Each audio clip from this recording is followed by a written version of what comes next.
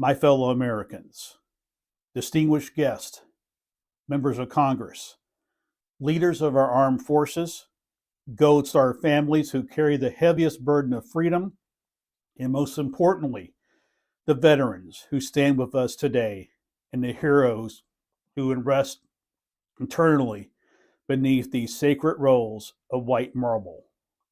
We gather on hallowed ground. Arlington National Cemetery is not merely a resting place for the fallen. It is the living heartbeat of a grateful nation. Every headstone is a story of unfinished on earth, but completed in valor. Every blade of grass is watered by sacrifice. Every breeze that moves throughout these rolling hills carries the whispered names of those who answered when duty called, who left the comfort of home for the crucible of combat, and who ensured that the light of liberty would never be extinguished.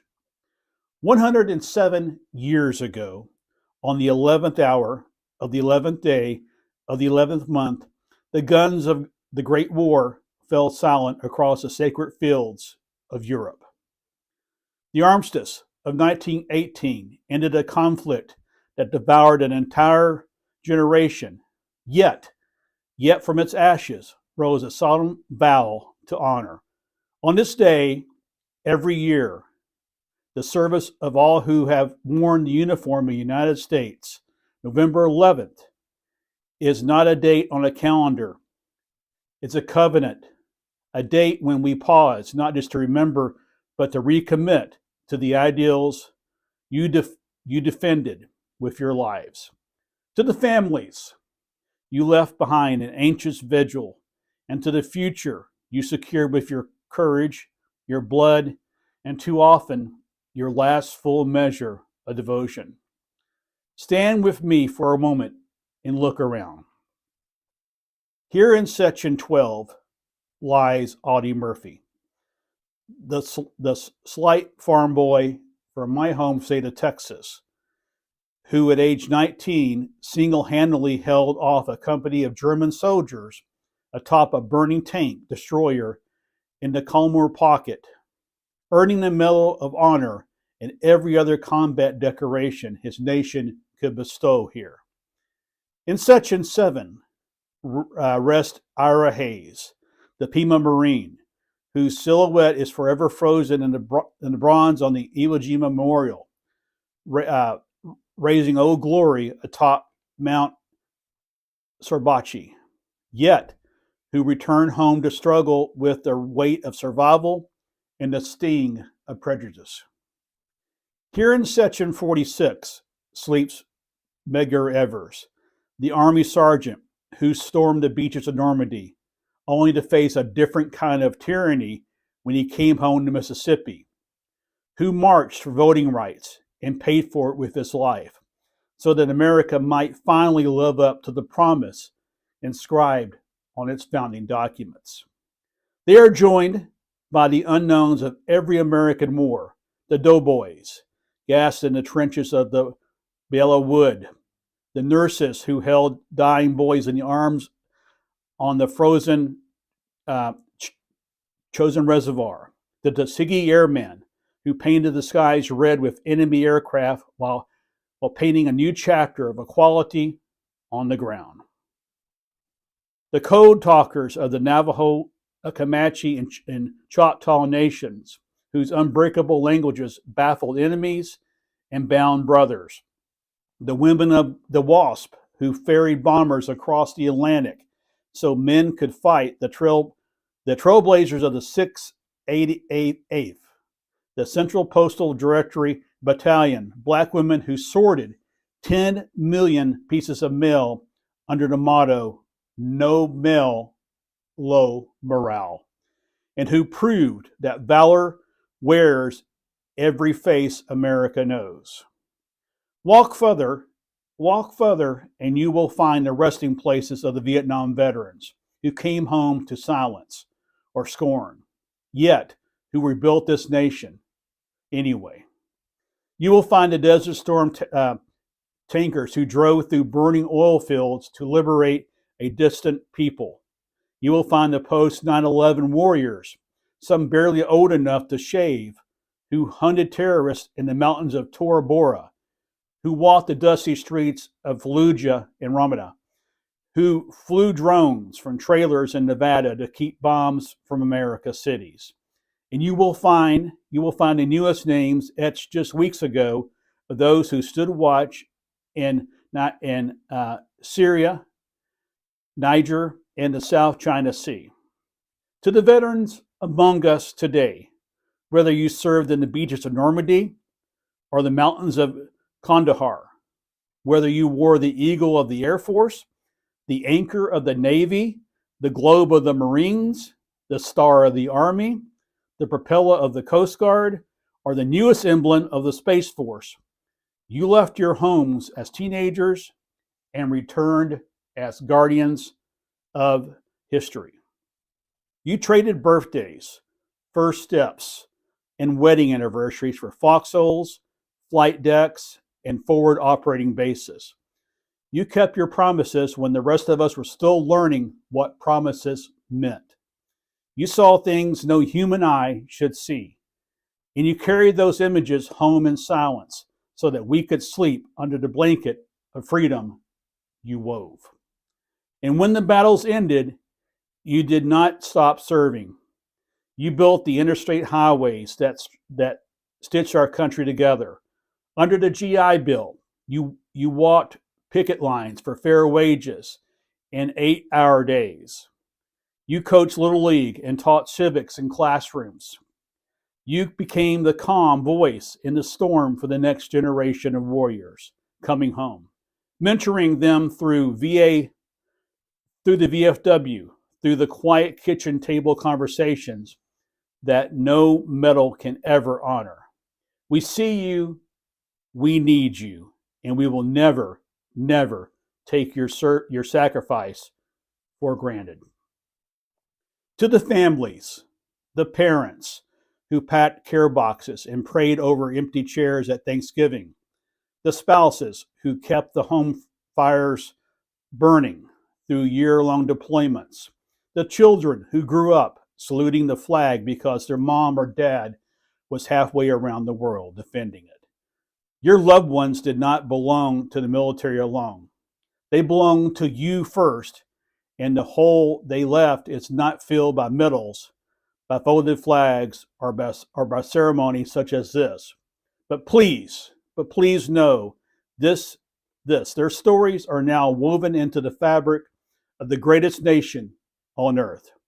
Because of them, children they never met will grow up free to dream, to vote, to speak, to worship, to love whom they choose, to start businesses, to invent cures, to reach for the stars.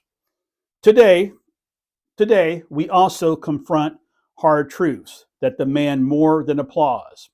Too many veterans still fight invisible wounds, post-traumatic stress that strikes without warning, traumatic brain injuries that rob memory and mobility, the slow erosion of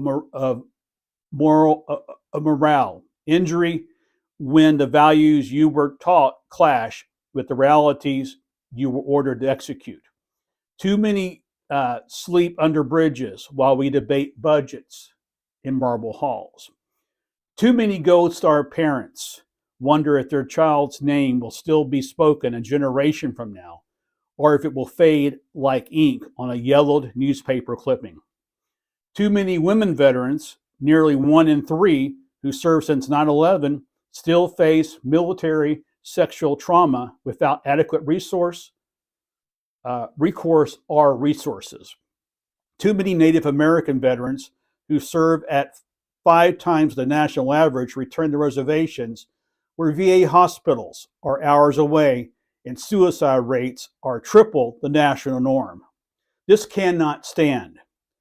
On this Veterans Day, beneath the gaze of those who gave everything, I renew a solemn pledge, not as a politician, but as your commander in chief. And as I gratefully and a grateful American, we will fully fund the Department of Veteran Affairs, not just in speeches, but in appropriations, until every veteran who needs care receives it within 48 hours of request, not 48 days and not 48 months. We will cut the red tape that keeps disability claims in limbo for months. We will digitize every record, hire 10,000 new claims processors, and guarantee decisions within 30 days. We will expand mental health services until no veteran feels alone in the dark, doubling the number of peer counselors, mandating suicide prevention training in every VA facility, and launching national Battle Buddy hotline staffed 24/7 by veterans who have walked the same road. We will end veteran homelessness.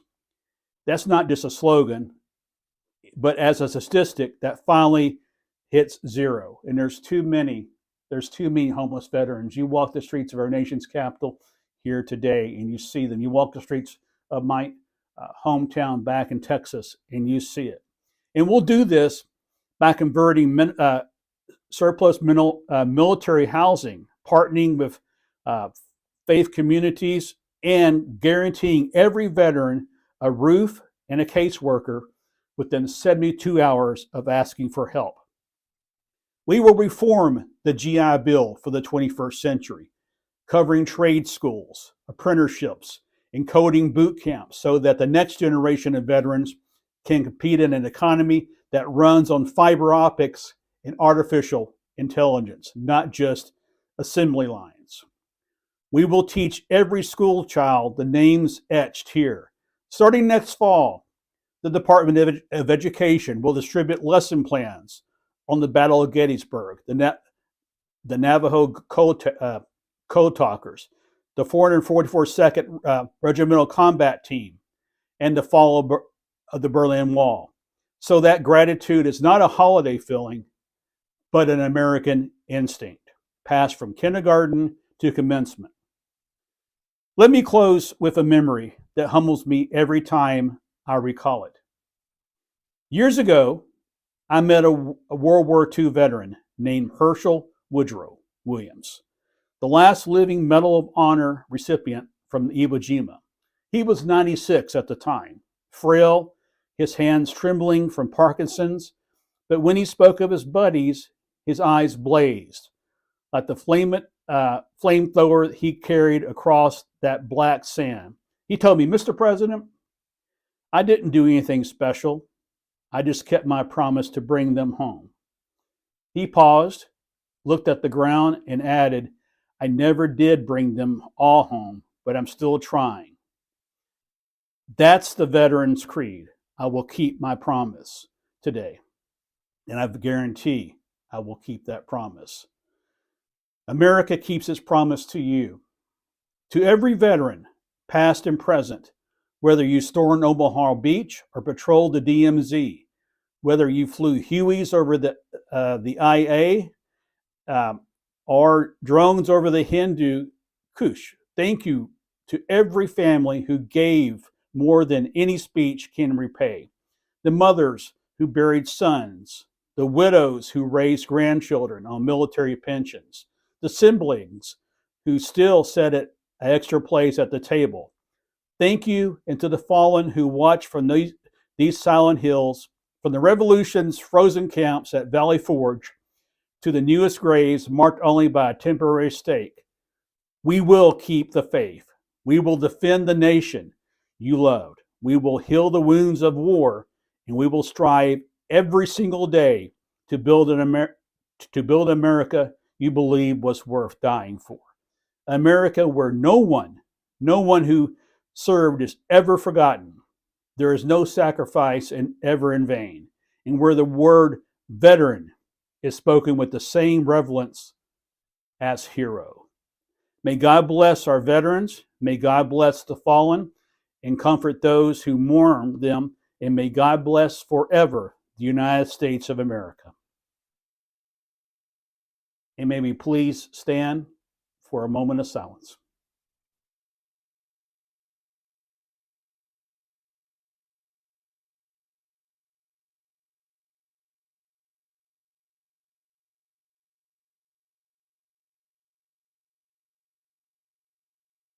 Thank you all very much. Thank you. Thank you.